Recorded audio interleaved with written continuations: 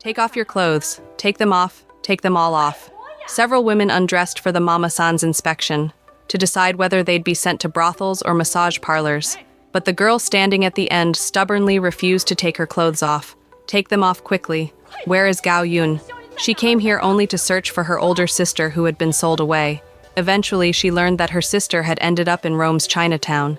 Braving the danger, she charged alone into the heart of the underworld's lair. Within moments, she was surrounded by thugs. She single-handedly defeated countless enemies, beginning a rescue journey with an uncertain future. The blockbuster action film of 2025 introduces you to the toughest Chinese girl in cinema. Enough talk, let's start now. In 1995, Fujian Province, China, the sisters Ah Yun and Ah Mei were practicing martial arts with their father Lao Xiao in the courtyard. Their mother Li Xin prepared lunch while watching through the window. It was a scene of idyllic tranquility. Suddenly, a bicycle bell rang from afar. Lao Xiao urgently called Li Xin to hide their younger daughter Ah Mei quickly. At the time, due to the one-child policy, Ah Mei was secretly born in defiance of government rules. Li Xin hid her daughter in the wardrobe, singing softly to keep her quiet. Many years passed in the blink of an eye. Ah Mei had grown into a young woman. Holding a paper crane folded by her mother, she followed a large truck. Arriving at a dark warehouse, a woman in a purple cheongsam approached to examine them. She ordered Ah Mei and several other girls to strip naked. The woman intended to decide their destinations according to their qualities. Some were sent to massage parlors, others were dispatched elsewhere. Ah Mei stood still, unwilling to undress and be inspected. She came here only to find her missing sister, Ah Yun. Seeing Ah Mei's defiance, the cheongsam woman ordered her subordinates to forcibly strip her. But they did not know she had practiced martial arts with her father since childhood. Those mediocre thugs were no match for her. Ah Mei swiftly defeated them and grabbed the cheongsam woman by the throat, demanding to know where she had sold Ah Yun. An old man standing nearby quietly told her the girl she sought was upstairs. Ah Mei immediately rushed to the second floor, picking up a disc from the ground and breaking it into 2 pieces as weapons. She sliced through the burly man, blocking her way until he was covered in wounds. The thugs upstairs, hearing the commotion, rushed toward her, but Ah Mei fought fiercely. She stormed through the upper floors, searching desperately for her sister. However, she couldn't find Ah Yun anywhere. At this moment, an elderly woman beckoned Ah Mei over urgently, whispering something into her ear, presumably about Ah Yun's whereabouts. After listening, Ah Mei immediately turned and ran, but the guards quickly chased and trapped her in the kitchen. Reacting quickly, Ah Mei grabbed a hot pan. She flung scalding food at the man in front, then smashed the pan backward at another attacker. Enraged, a long-haired thug seized a cleaver and swung it with full force at Ah Mei. She quickly blocked with a large chunk of pork, knocked the weapon out of his hand, then grabbed a grater and shredded his arm. Next, Ah Mei pressed the long-haired thug's face onto a burning hot grill plate. Ah Mei had become a veritable kitchen warrior, whether a pan or plate or seasoning jar. In her hands, anything could become a lethal weapon. Indeed, an action scene directed by a foreign filmmaker. It was full of Jackie Chan's stylistic homage. Finally, Ah Mei overturned barrels of hot oil, trapping her attackers and finding an opportunity to escape. She hurried out of the restaurant, brushing past a man in a suit as she exited. Emerging onto the street, Ah Mei found herself in a foreign environment. Everyone around her spoke a strange language. It turned out this Chinese-style restaurant was located in Rome's Chinatown. Ah Mei had arrived in Rome. She passed through a crowded street and arrived at a bustling Italian restaurant. The restaurant was run by Lorina's family. Today, 2 English-speaking guests accused Lorina of miscalculating their bill. They refused to pay. Marco, busy in the kitchen, immediately came out to assist his mother. After calming the guests, he rushed back to the kitchen muttering curses. He was angry at his father, who had abandoned the restaurant and run away. At this moment, Ah Mei entered the restaurant holding a cell phone. Using a translator, she demanded to know Fredo's whereabouts. Marco, irritated, tried to throw her out, but in an instant, Ah Mei pressed him onto the cooking counter. Marco quickly explained Fredo was his father, who recently ran away with a Chinese woman. He didn't know where his father was. Ah Mei guessed this Chinese woman was likely her sister Ah Yun. Shortly after Ah Mei left, local gangster Anibali arrived. He brought along his 2 henchmen to collect debts. Although these 2 men were massive, their names sounded cartoonish. One was Kiki, the other Didi. Anibali entered the Italian restaurant and saw Marco's injured face. After asking, he learned that an Asian woman caused trouble here. Anibale refused to tolerate his people being bullied. He took Kiki and Didi to the Chinatown restaurant named Magazota Yandi Masoslo Samostoji Guataniva Bobanya Manipa. Inside the restaurant, the owner, dressed in a suit, was Mr. Wang. He repeatedly insisted he had not sent anyone to cause trouble for Marco. Anibale warned Wang fiercely, saying if he found out Wang had lied, he would kill him. Mr. Wang remained calm because he had done nothing wrong. He cheerfully took out his son's music records to give Anibale as a gift, but Anibale showed no interest at all. After Anibale left, Mr. Wang guessed the woman mentioned must be Ah Mei, whom he saw previously. Mr. Wang pretended to listen to his son's songs, but secretly plotted against the Chinese woman. Meanwhile, Marco arrived home. He heard loud music coming from inside. His mother Lorena played sad love songs while sorting ties left behind by her runaway husband. Marco wondered why his father owned so many ties. Lorena complained Fredo had bought over 500 ties. She lamented that Fredo was already 65, yet still ran away like a young lover. Lorena whispered to Marco about foreigners who had invited her to leave with them. They said her pretty face shouldn't be stuck behind a cash register.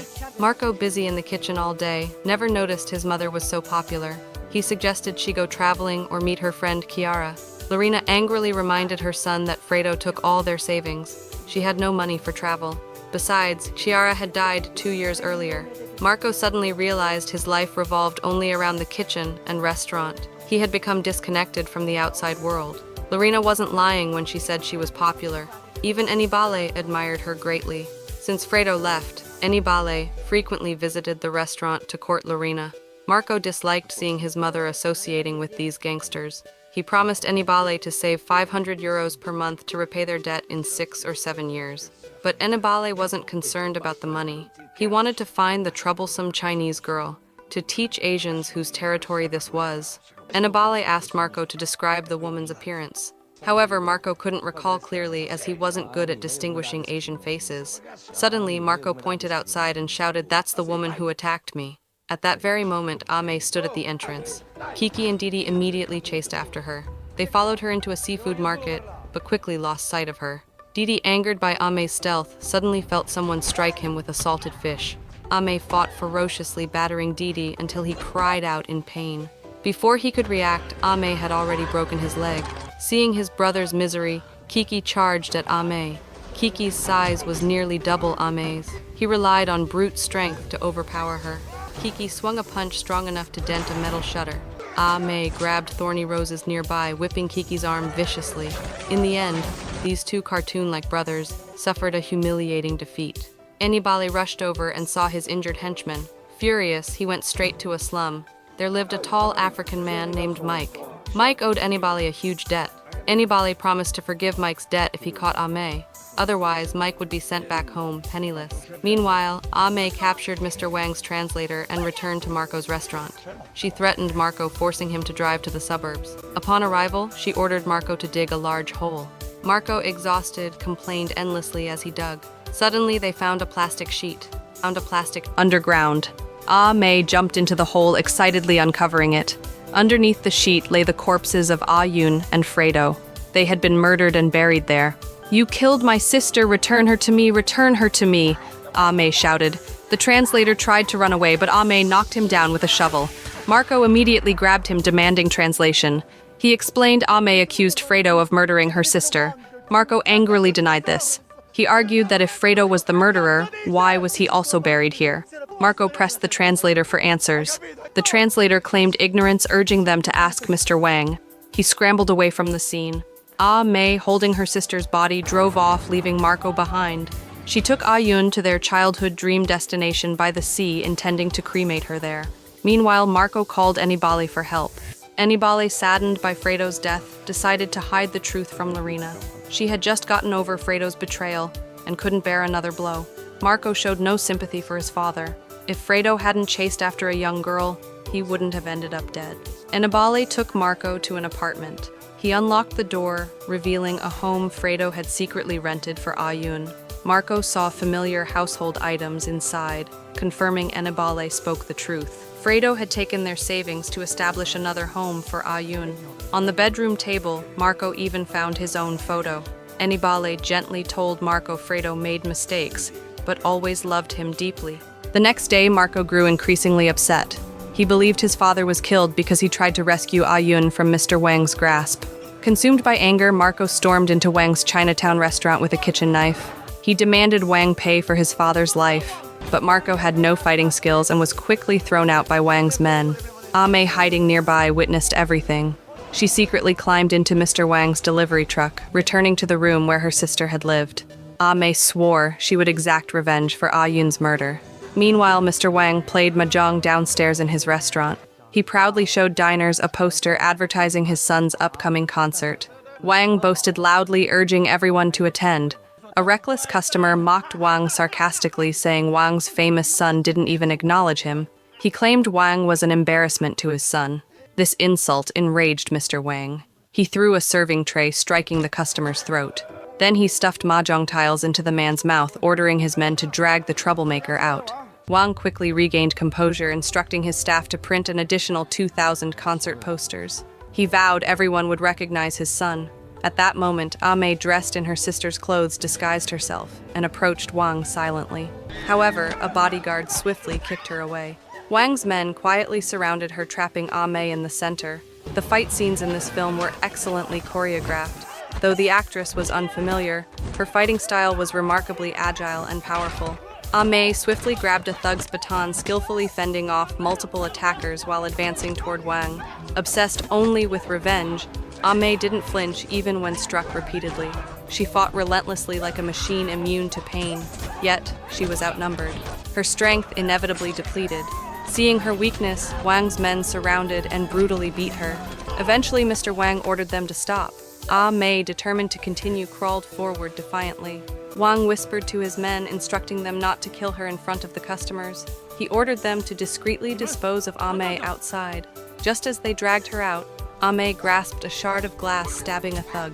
She stumbled onto the road, narrowly avoiding being hit by a truck. By the time Wang's men pursued her, she had vanished. They searched around the truck but failed to find her. Ah Mei had secretly hidden herself in the backyard of Marco's Italian restaurant. The chef working there rescued her. The next day, the chef summoned Marco and asked him to help Ah Mei. Chinatown gangsters were hunting for her everywhere. The chef explained he had a large family and couldn't risk their safety. Marco, however, lived alone, away from Lorena. No one else was better suited to protect Ah Mei. Marco reluctantly agreed and took Ah Mei to the apartment Fredo had rented for her sister. Marco found photos Ah Yun had left there, hoping to comfort the injured Ah Mei. Meanwhile, Anibali called Marco to warn him. He had secretly burned Marco's car to prevent the police from tracing it. Anibali insisted Marco inform him immediately if Ah Mei appeared. Marco had no intention of betraying Ah Mei. He dismissed Anibali with vague answers. Ah Mei recovered quickly from her injuries. Marco cooked noodles using Chinese ingredients Ah Yun had left behind. Surprisingly, Ah Mei enjoyed the meal, greatly devouring it hungrily. Afterward, Ah Mei went back to her room to rest. To ensure her safety, Marco locked her inside the apartment. When Ah Mei woke and found the door locked, she panicked. She ransacked the room but couldn't find the key. When Marco returned that evening, Ah Mei angrily confronted him. Marco explained everyone outside was searching for her. Locking her inside was for her own good. Ah Mei refused to remain trapped. Marco had no choice but to take her out for some fresh air. On the street, posters displaying Ah Mei's wanted image hung alongside Wang's son's concert posters. Marco took Ah Mei on a motorcycle ride, exploring the city. They visited Rome's famous landmarks. For the first time since arriving, Ah Mei felt genuinely happy. As the evening grew late, Marco decided it was time to return. But Ah Mei suddenly ran off, ignoring him. Marco became furious. He accused Ah Mei of being selfish and reckless. He risked everything to help her, yet she seemed careless. Marco blamed Ah Yun for destroying his family. Now he feared Ah Mei would also ruin his life. Ah Mei typed Chinese on her phone, translating her words for Marco. "Do you know why my sister came to Rome? It was because of me." Ah Mei explained that due to the one-child policy, her parents kept her hidden at home for 20 years. As a child, Ah Mei resented Ah Yun for attending school. Riding trains, watching movies, and enjoying freedom with friends. Ah Yun always shared stories of her adventures with Ah Mei upon returning home. Understanding Ah Mei's sadness, Ah Yun left home to earn money in Rome. Ah Yun wanted her younger sister to experience freedom, but tragically lost her life instead. Ah Mei vowed to avenge her sister's death at any cost. She asked Marco bitterly if he expected her to spend her life trapped in a kitchen like him. Her words deeply hurt Marco. In frustration, they argued passionately until unexpectedly they kissed, like his father Marco too had fallen for one of the sisters. Afterward, Marco took Ah Mei back to the apartment, leaving the key with her. Lorena quickly noticed Marco acting differently. Realizing her son was in love, she asked about his new girlfriend. Marco hesitated, replying vaguely, she was from the East. He knew Lorena would explode if she discovered another Asian woman had stolen the heart of a family member. In the evening, Marco returned bringing food for Ah Mei, but he found the apartment empty. At the same time, Mr. Wang disguised himself to attend his son's concert. Watching fans cheer passionately, he felt immense pride. Suddenly, he spotted Ah Mei in the crowd. Recalling her ruthless nature, Wang fled immediately. Ah Mei chased him into a nearby factory. Finally facing each other, Ah Mei roared furiously, charging at Wang. Surprisingly, Wang was skilled in martial arts too. Their fierce fight seemed evenly matched. Realizing prolonged combat would injure them both, Wang drew a dagger from his belt. He lunged at Ah Mei, who skillfully dodged, pushing Wang downstairs. Wang fell heavily to the ground but struggled to stand. He lunged again, but Ah Mei struck him with a brick. Grabbing a chain, she choked Wang viciously, knocking him down. She then stabbed Wang, demanding he reveal the truth. The scene shifted back to the time before Ah Yun's death. Fredo genuinely loved her. He loved her so much that he was willing to mortgage the family restaurant to buy her freedom. But before Fredo signed the contract, Ennibale stopped him. Ennibale pleaded with Fredo not to be blinded by love. He reminded Fredo to think about Lorena and Marco. Without the restaurant, they would lose everything. However, Fredo was madly in love. Ignoring Ennibale's advice, Fredo insisted on signing. Desperate to protect Lorena and Marco, Ennibale shot and killed his friend. After Fredo died, Ah Yun lost her value to Mr. Wang. Without hesitation, Wang killed her with the same dagger he now wielded. Back in the present, Wang tried to attack Ah Mei again, but Ah Mei firmly grasped his dagger. She drove the cold blade into Wang's throat, ending his life. The next day, Ah Mei told Marco the truth about his father's death. Shocked, Marco suddenly rushed outside, locking Ah Mei inside the room. Determined to avenge Fredo, Marco ran back to the restaurant. Inside, he saw Lorena dining happily with Ennibale. Marco painfully realized he was cooking dinner for his father's killer. He prepared noodles exactly like those he had made for Ah Mei. He placed the bowl in front of Ennibale, confronting him bitterly. Ennibale's greed and desire for things that didn't belong to him had destroyed their family. Ah Mei worried about Marco's safety. She climbed from the balcony to find him. By the time she arrived, Marco was already chasing Ennibale outside. Marco and Ennibale faced each other openly. Ennibale insisted he did nothing wrong. He had killed Fredo to protect the family restaurant. Their argument escalated until Ennibale drew a gun, aiming at Marco. At that critical moment, Ah Mei and Lorena rushed onto the scene. Unable to face Lorena discovering his true nature, Ennibale turned the gun on himself, ending his life. Marco embraced Ennibale sadly. Shortly after, Ah Mei returned to Fujian to teach martial arts. Marco stayed in Rome cooking meals for his family. Later, they had 2 children, a son and a daughter. They finally redeemed their parents' regrets, living happily together forever. Here, the movie ends.